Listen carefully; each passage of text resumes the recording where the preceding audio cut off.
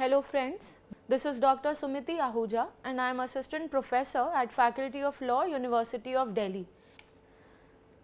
To start with the meaning of void agreement, you can see on your screens, void simply means of no legal force or effect. So basically void means it is of no value in the eyes of law, it is nullity.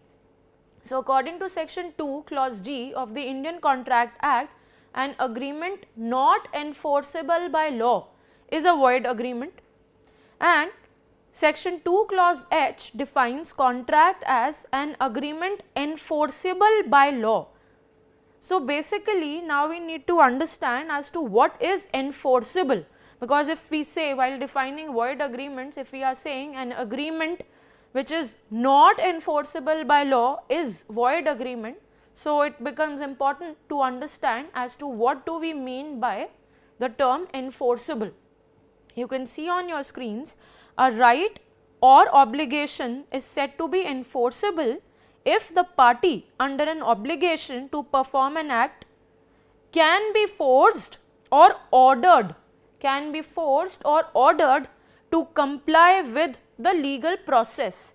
In our earlier sessions while discussing about enforceability, I have told you that enforceability means, so if we say an agreement enforceable by law is a contract and an agreement which is not enforceable by law is void agreement.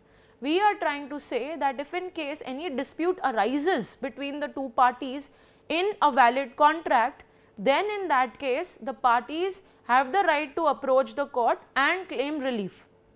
Whereas in case of void agreements, parties, if in case any dispute arises, there is no legal remedy. Parties cannot go to the court, either of the party which is aggrieved cannot go to the court and claim remedy.